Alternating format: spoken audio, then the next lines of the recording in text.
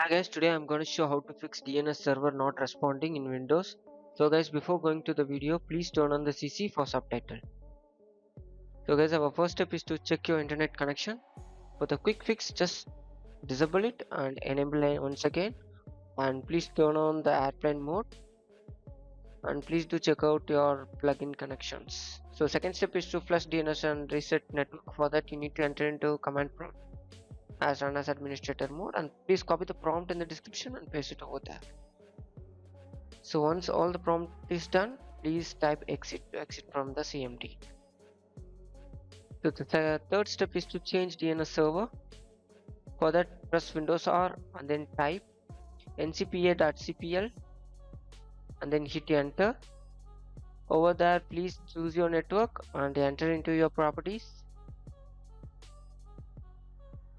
Just click Internet Protocol properties and use the following DNS server 1111 and 8888 and then click OK. The fourth step is to disable proxy. For that, you need to enter into your settings. Over there, you need to enter network on internet. Over you may see the proxy, just enter into it and click setup. Please make sure it's in disable condition. If not, please disable it and save it. So the fifth step is to restart DNS client.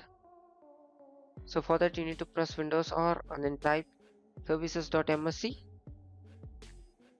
and hit OK. Over there, you need to scroll down. You may see client, DNS client. Please refresh.